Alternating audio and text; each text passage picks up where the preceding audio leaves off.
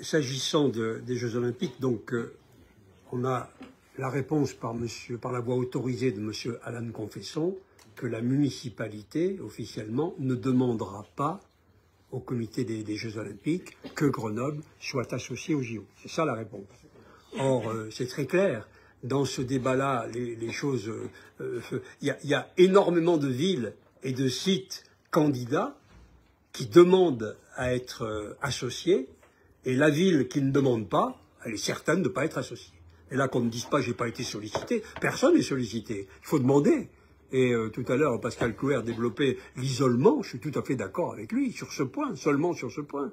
Enfin, peut-être pas seulement, mais l'isolement de Grenoble est considérable et il se manifeste là à nouveau. Alors, de quoi s'agit-il ?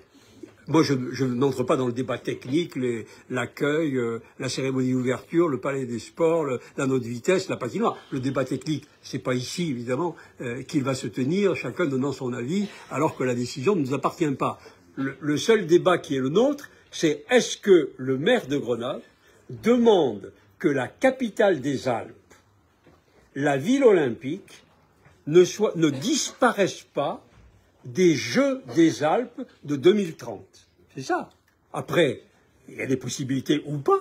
D'ailleurs, après, peut-être qu'elle ne pourra ne pas être retenue pour des tas de raisons de dispersion de sites, etc. Ça, c'est parce qu'il faut des jeux sobres, il faut des jeux les plus écologiques possibles, il faut les rassembler, etc. Il faut utiliser l'équipement existant. C'est un autre débat. Mais là, où nous sommes là, aujourd'hui, c'est pour ça que nous voterons les deux vœux tels qu'ils se présentent, c'est que nous aurions aimé que la ville de Grenoble disent qu'elle ne veut pas être absente de 2030. Pourquoi? Pour des raisons d'image, parce que c'est la capitale des Alpes, parce que c'est la ville olympique, et pour des raisons financières. Parce que dans la ville exemple dont nous venons de parler tout à l'heure, il y a peut-être une opportunité de faire financer par le projet olympique un équipement ou sa rénovation ou son redémarrage. C'est ça l'enjeu aussi, il est financier.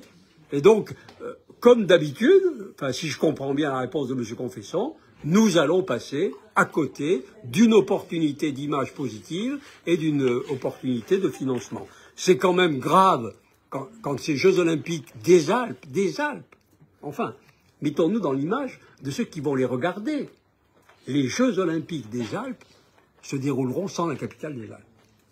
Ben, écoutez, je ne pense pas qu'on puisse en 2026 modifier cet héritage, mais ce sera un héritage de plus d'Éric Piolle.